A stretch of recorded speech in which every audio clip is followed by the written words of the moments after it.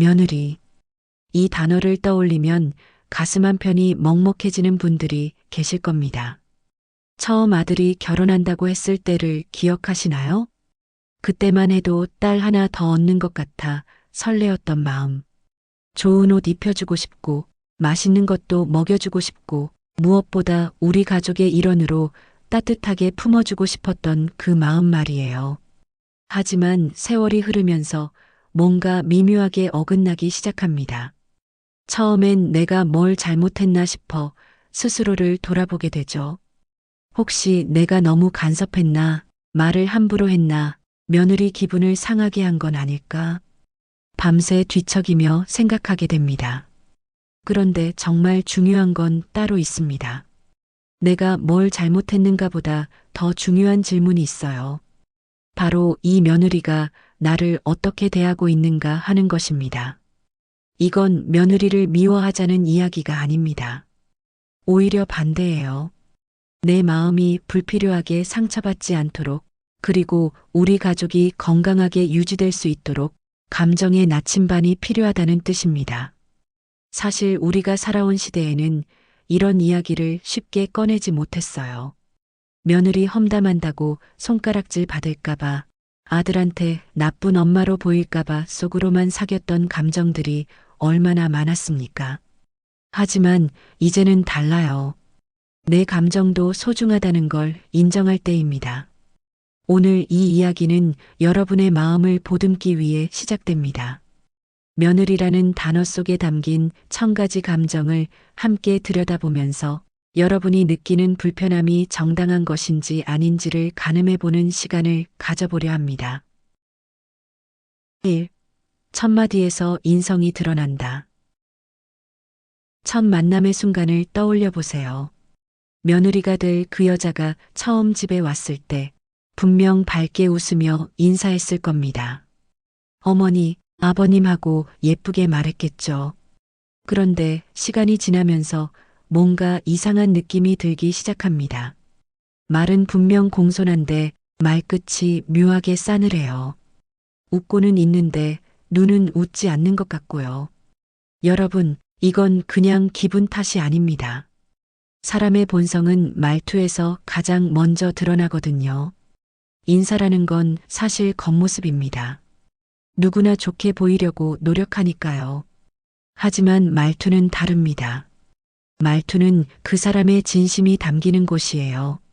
따뜻한 말투는 따뜻한 마음에서 나오고 차가운 말투는 차가운 마음에서 나옵니다. 예를 들어볼까요? 같은 네, 알겠습니다라는 대답이라도 어떤 며느리는 진심 어린 목소리로 말하고 어떤 며느리는 마지못해 하는 듯한 톤으로 말합니다. 이 차이를 느끼셨다면 여러분의 감이 맞는 겁니다. 말의 온도는 곧 관계의 온도입니다. 며느리의 첫 인사가 따뜻했다면 앞으로의 10년도 따뜻할 가능성이 높아요. 하지만 첫 인사부터 형식적이고 의무적이었다면 그건 이미 신호탄입니다. 관계가 틀어지기 전에 느껴지는 그 미묘한 불편함, 그냥 넘기지 마세요. 그건 여러분의 감정이 보내는 경고 신호입니다. 말끝 하나, 말투 하나가 앞으로의 관계를 예고한다는 사실을 기억하시길 바랍니다. 2. 결혼하자마자 우리 집을 구분 짓는 며느리. 결혼식을 올리고 신혼의 단꿈에 젖어 있을 무렵 며느리의 입에서 이런 말이 나오기 시작합니다. 저희 집에서는요, 그쪽 집은요. 이 한마디가 얼마나 날카로운 칼날인지 아시나요? 결혼이란 건 두 집안이 하나의 가족이 되는 과정입니다. 물론 각자의 집안 문화가 다른 건 당연해요. 하지만 그 차이를 인정하면서도 서로 가까워지려는 노력이 있어야 하는 거죠. 그런데 어떤 며느리들은 결혼하자마자 선을 긋습니다. 우리 집과 시댁을 철저히 구분하면서 마치 남의 집에 온 손님처럼 행동해요. 명절 때도 그래요. 저희 친정에서는 이렇게 안 하는데요. 하는 말이 툭툭 튀어나옵니다. 친정과 시댁을 비교하면서 자기 집안이 더 낫다는 뉘앙스를 풍기는 거죠. 이런 며느리와 함께 사는 시부모님들은 마음이 점점 무거워집니다. 아무리 잘해줘도 결국 우린 남이구나 하는 생각이 들거든요. 가정은 합쳐지는 것이지 구분되는 것이 아닙니다. 우리 집이라는 말 속에는 시댁도 당연히 포함되어야 해요. 그게 진짜 가족이 되는 첫걸음이니까요. 하지만 며느리가 우리 집과 시댁을 나누는 순간 마음의 문은 닫히기 시작합니다. 이건 단순히 말의 문제가 아니에요. 마음가짐의 문제입니다. 며느리의 입에서 우리 엄마 아빠가 아니라 여전히 어머님 아버님이라는 호칭만 나온다면, 그리고 그 호칭 속에 거리감이 느껴진다면 이미 그 관계는 가족이 아닌 의무적 관계로 굳어지고 있는 중입니다. 3. 시부모를 의무로만 대하는 며느리. 명절이 다가오면 가슴이 답답해지는 분들이 계십니다. 며느리가 올 거라는 생각만으로도 벌써부터 긴장되는 거예요. 왜 그럴까요? 바로 며느리가 우리를 의무로만 대한다는 걸 알기 때문입니다. 명절 당일 며느리는 분명 옵니다. 시간 맞춰서 도착하고 인사도 하죠. 겉보기엔 문제 없어 보여요. 하지만 자세히 보세요. 그 며느리는 소파에 앉자마자 휴대폰만 들여다봅니다. 부엌에서 음식 준비하는 소리가 들려도 못 들은 척하고요. 한참 있다가 마지못해 일어나 도와주는 척하지만 잠깐 설거지 몇 개 하고는 금세 사라져버립니다. 애들 봐야 한다는 핑계로, 혹은 피곤하다는 이유로요. 이런 며느리에게 시부모는 남편의 부속품일 뿐입니다. 사랑하는 남편의 부모니까 어쩔 수 없이 대하는 존재, 명절이니까 어쩔 수 없이 가는 곳. 그 이상도 이하도 아닌 거예요. 진짜 마음이 있는 며느리는 다릅니다. 말하지 않아도 부엌에 먼저 들어가고 시어머니 곁에서 함께 웃으며 이야기 나누고 작은 것 하나라도 거두려고 애씁니다. 그건 의무가 아니라 관심이에요. 사랑은 바로 그 관심의 모양으로 드러나는 법입니다. 며느리가 여러분에게 관심이 있는지 없는지는 명절 하루만 지켜보면 알 수 있어요. 눈빛, 행동, 말투 모든 것에서 느껴집니다. 의무감으로 움직이는 며느리는 시계만 쳐다봅니다. 빨리 시간이 지나가길 바라면서요. 하지만 진심이 담긴 며느리는 시간 가는 줄 모르고 함께하려 합니다. 이 차이를 아시겠어요? 의무와 사랑의 차이는 생각보다 명확합니다. 4. 남편 뒤에 숨어 좋은 사람인 척하는 며느리. 세상에서 가장 무서운 며느리는 따로 있습니다. 바로 겉으로는 조용하고 순해 보이면서 실제로는 모든 걸 조종하는 며느리입니다. 이런 며느리를 만나면 시부모는 나중에야 깨닫게 돼요. 아, 내가 당했구나 하고요. 이 며느리의 특징은 뭘까요? 바로 남편 뒤에 숨는다는 겁니다. 문제가 생기면 절대 자기 의견을 직접 말하지 않아요. 대신 남편을 통해 말하게 만듭니다. 예를 들어볼까요? 시부모가 손주를 보고 싶어서 주말에 오라고 하면 며느리는 직접 거절하지 않습니다. 대신 남편한테 이렇게 말하죠. 여보, 우리 이번 주말엔 좀 쉬고 싶지 않아? 애들도 피곤해하는데. 그럼 남편이 부모님께 전화해서 이번 주는 좀 힘들 것 같다고 말하게 되는 거예요. 겉으로 보면 아들이 결정한 것 같지만 사실 그 뒤엔 며느리의 의도가 숨어 있습니다. 더 교묘한 건 뭔지 아세요? 나중에 시부모가 섭섭한 티를 내면 며느리는 이렇게 말합니다. 저는 상관없어요. 오빠가 그렇게 한 거예요. 저는 괜찮다고 했는데. 이렇게 자기는 항상 좋은 사람으로 남고 아들만 나쁜 사람이 되게 만듭니다. 이런 며느리의 침묵이 가장 무섭습니다. 왜냐하면 그 침묵은 무능력에서 나온 게 아니라 계산에서 나온 것이기 때문이에요. 조용히 있으면서 자기가 원하는 방향으로 모든 걸 움직이는 겁니다. 시부모는 나중에서야 깨닫죠. 아들이 변한 게 아니라 며느리가 아들을 변하게 만든 거라는 걸요. 그때는 이미 늦습니다. 아들은 이미 며느리 편이 되어 있으니까요. 돈 문제로 시댁의 마음을 흔드는 며느리.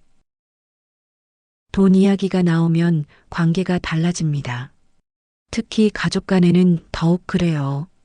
좋은 며느리는 돈 문제를 조심스럽게 다룹니다. 하지만 나쁜 며느리는 오히려 돈 이야기를 자주 꺼내면서 시댁의 마음을 흔들어 놓습니다.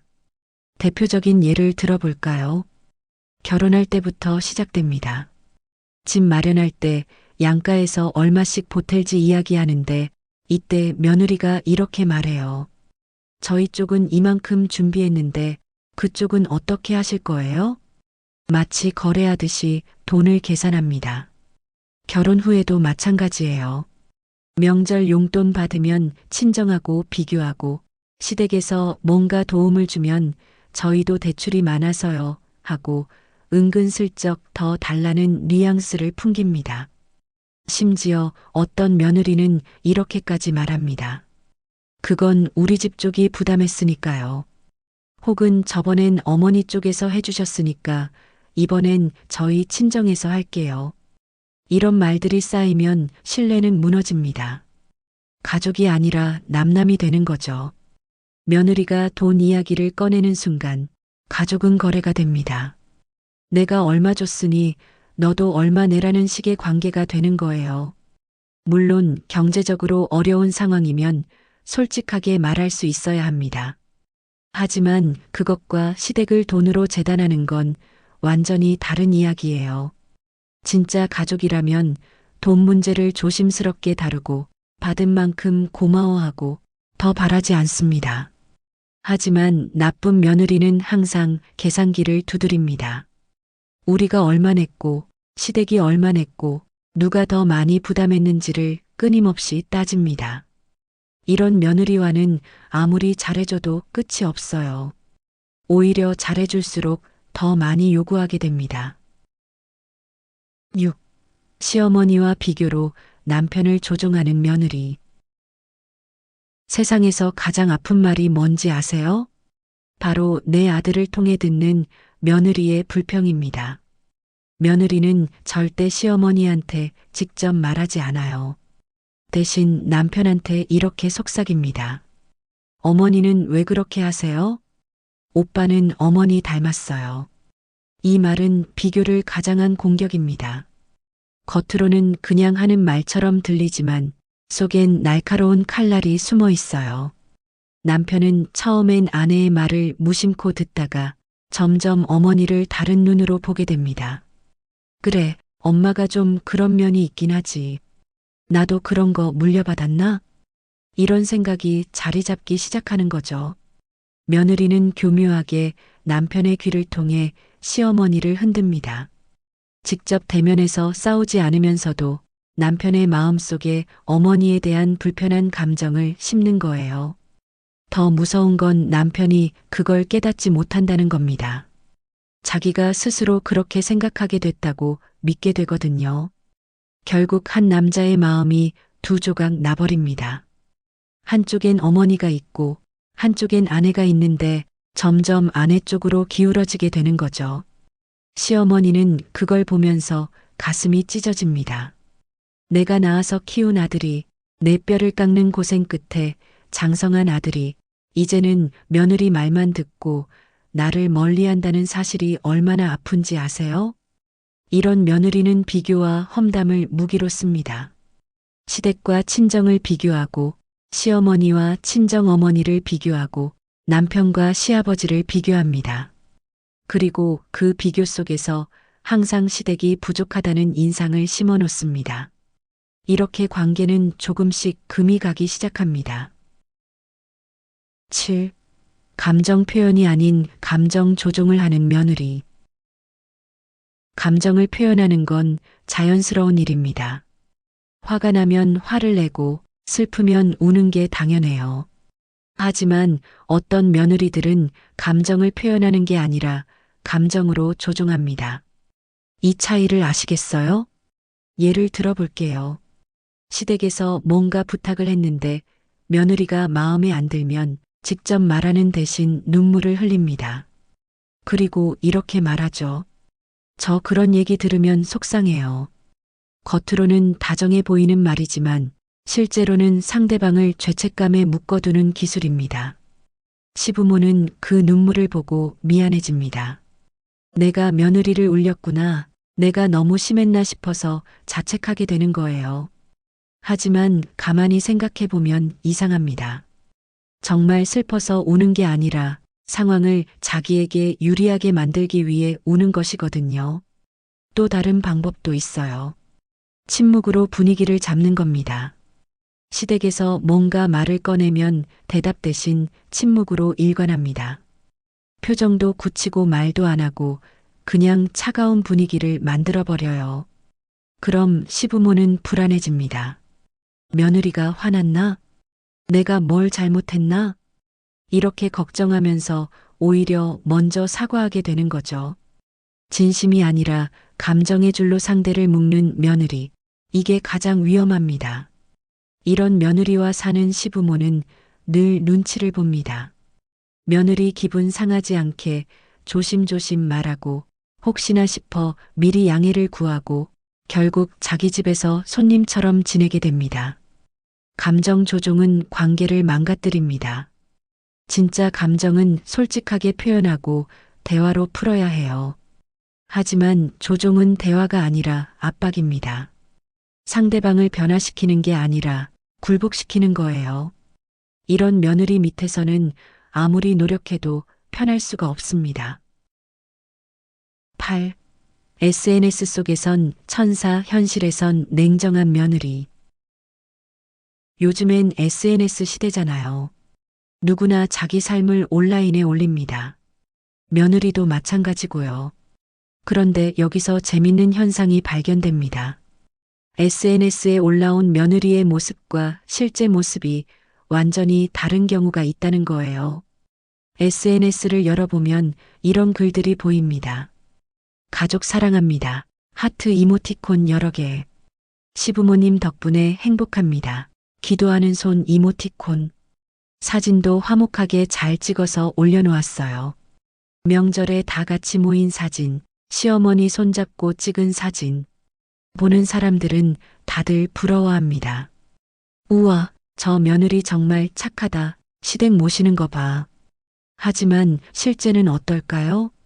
정작 그 사진 찍고 나면 휴대폰만 들여다보고 시어머니한테 고맙다는 말 한마디 안 합니다. 사진은 인스타용이었을 뿐 진짜 마음은 없는 거예요. 온라인의 미소는 가식의 필터입니다. 현실의 표정이 진짜입니다. SNS에서 아무리 천사처럼 보여도 집에서 차갑게 대한다면 그게 진짜 모습이에요. 더 웃긴 건 뭔지 아세요? SNS엔 시댁 칭찬글 올리면서 집에선 남편한테 시댁 험담하는 며느리도 있습니다. 이중적인 태도의 극치죠. 왜 그럴까요? 간단합니다. 온라인에서 좋은 이미지를 얻고 싶은 거예요. 며느리 잘한다는 소리 듣고 싶고 자기가 가족을 소중히 여기는 사람으로 보이고 싶은 겁니다. 하지만 실제로 시부모를 사랑하는 건 아니에요. 시부모는 그냥 자기 이미지 메이킹의 도구일 뿐입니다. SNS를 보면 속이 쓰립니다. 저렇게 올려놓고 실제론 나한테 차갑게 구는데 사람들은 다 저 며느리가 착한 줄 알겠지. 이런 생각이 들면서 외로워지는 거죠. 여러분, 기억하세요. SNS는 편집된 삶입니다. 진짜 며느리의 모습은 집안에서 드러납니다. 9. 우리 부부 일에 간섭하지 마세요라는 며느리. 결혼하면 독립된 가정을 꾸린다는 건 당연한 일입니다. 젊은 부부가 자기들만의 공간과 결정권을 원하는 것도 이해할 수 있어요. 하지만 어떤 며느리는 이걸 무기로 씁니다. 우리 부부 일에 간섭하지 마세요. 이 한마디로 시부모를 완전히 차단해버리는 거예요. 간섭은 원하지 않으면서 도움은 당연히 여깁니다. 이게 문제예요. 예를 들어볼까요? 평소엔 저희 둘 문제니까요 하면서 선을 긋습니다. 육아 문제, 집 문제, 경제 문제 모두 우리가 알아서 할게요 하고 거리를 둡니다. 시부모가 조언하려고 하면 요즘 시대는 그렇게 안 해요 하면서 무시하고요. 하지만 막상 어려움이 생기면 태도가 달라집니다. 애 봐줄 사람이 필요하면 전화하고 돈이 필요하면 찾아오고 밑반찬이 떨어지면 가져다 달라고 합니다. 그럴 때는 왜 도와주시지 않아요 하면서 서운해하기까지 해요. 이건 모순입니다. 선은 본인이 그었는데 벽은 시부모가 짓게 되는 구조예요. 며느리가 거리를 두고 싶어 하니까 시부모도 조심스럽게 물러납니다. 그런데 나중에 며느리는 그걸 섭섭해합니다. 왜 관심 안 가져주세요? 왜 손주 보러 안 오세요? 시부모 입장에선 억울하죠. 간섭하지 말라며 선 그은 게 누군데 이제 와서 왜 관심 없냐고 하는지 이해가 안 되는 겁니다. 진짜 독립적인 부부는 다릅니다. 자기들이 알아서 하면서도 시부모를 존중하고 적당한 거리를 유지합니다. 도움이 필요할 때도 당연하게 요구하는 게 아니라 조심스럽게 부탁하고 받으면 진심으로 고마워합니다. 하지만 나쁜 며느리는 자기 편할 때만 독립적이고 필요할 때는 의존적입니다. 이런 이중적인 태도는 관계를 피곤하게 만듭니다. 10. 결정적인 순간, 딸처럼 안 보이는 며느리. 진짜 가족인지 아닌지는 결정적인 순간에 드러납니다. 평소에 아무리 웃고 잘 지내도 정말 중요한 순간에 어떤 선택을 하느냐가 그 사람의 진심을 보여주는 거예요. 가족이 아플 때를 생각해 보세요. 시어머니가 갑자기 병원에 입원하셨다고 칩시다. 진짜 며느리라면 어떻게 할까요? 달려갑니다. 일이 있어도 시간을 내서 병문안을 가고 시아버지 식사는 챙기셨는지 물어보고 필요한 게 있으면 사다 드립니다. 하지만 나쁜 며느리는 다릅니다. 남편한테 이렇게 말하죠. 여보, 당신이 다녀와. 나는 애들 봐야 해. 혹은 병원 가봤자 내가 할 수 있는 게 없잖아. 결국 안 갑니다. 가더라도 의무감으로 짧게 들렀다가 금방 나와버려요. 경제가 흔들릴 때는 어떨까요? 시댁에 갑자기 큰 돈이 필요한 일이 생겼습니다. 진짜 며느리는 남편과 함께 고민합니다. 우리가 어떻게 도와드릴 수 있을까? 우리 저축한 거라도 보태드릴까? 하지만 나쁜 며느리는 반대합니다. 우리도 어려운데 무슨 여유로 도와드려? 그건 시댁 일이잖아. 선을 긋는 거죠. 명절이 다가올 때도 마찬가지입니다. 진짜 며느리는 명절 준비를 함께 고민하고 분담합니다. 나쁜 며느리는 명절만 다가오면 피곤해하고 핑계를 대며 빠지려고만 합니다. 진짜 며느리는 가족이 힘들 때 함께 앉는 사람입니다. 옆에 있어주고 걱정해주고 함께 해결책을 찾으려고 노력합니다. 하지만 나쁜 며느리는 힘든 순간마다 그 자리를 피합니다. 남의 일이라고 생각하기 때문이에요. 그 자리를 피하는 순간 정은 돌아올 길을 잃습니다. 시부모는 그걸 다 느낍니다. 아, 이 며느리는 진짜 가족이 아니구나. 그냥 내 아들의 배우자일 뿐이구나. 이렇게 깨닫게 되는 순간 마음의 문은 완전히 닫히게 됩니다. 지금까지 나쁜 며느리를 구별하는 10가지 신호들을 함께 살펴봤습니다. 혹시 여러분 마음이 불편하셨나요? 괜찮습니다. 이 이야기는 며느리를 미워하려고 한 게 아니니까요. 오히려 여러분의 마음을 보호하려고 한 겁니다. 내가 느끼는 불편함이 정당한 것인지 아니면 내가 예민한 건지 헷갈리셨던 분들 많으실 거예요. 이제 아셨을 겁니다. 여러분의 감각은 틀리지 않았어요. 그 미묘한 신호들, 말투, 태도, 행동 하나하나가 다 의미가 있었던 겁니다. 좋은 며느리는 사실 말을 많이 하지 않습니다. 대단한 걸 하는 것도 아니에요. 그저 작은 행동 하나로 따뜻함을 남깁니다. 시어머니 좋아하는 반찬 하나 챙겨오고 말없이 설거지하고 먼저 안부 전화하고 이런 작은 것들이 쌓여서 가족이 되는 겁니다. 시어머니의 마음을 편하게 해주는 며느리. 그게 착한 며느리가 아니라 진짜 가족이 된 사람입니다. 반대로 나쁜 며느리는 겉으로 아무리 잘해도 마음이 없어요. 형식적인 인사, 의무적인 방문, 계산적인 관계. 이런 것들은 오래가지 못합니다. 언젠가는 다 드러나게 되어 있어요. 나쁜 며느리를 구별하는 이유는 미움 때문이 아닙니다. 내 마음이 상처받지 않기 위해서입니다. 불필요한 기대를 하지 않기 위해서, 헛된 노력을 하지 않기 위해서, 그리고 나 자신을 지키기 위해서예요. 여러분은 충분히 노력하셨습니다. 며느리를 딸처럼 아끼려고 애쓰셨고, 잘해주려고 했습니다. 이제는 좀 편해지셔도 됩니다. 억지로 맞추지 않아도 되고, 눈치 보지 않아도 됩니다. 며느리가 어떤 사람인지 이제 아시잖아요. 그에 맞춰서 적당한 거리를 유지하시면 됩니다.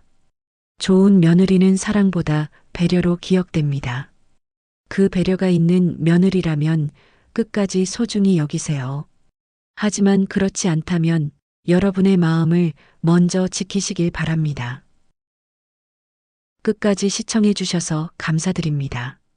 구독과 좋아요, 알림 설정 꼭 부탁드리며 시청 소감을 댓글로 부탁드립니다.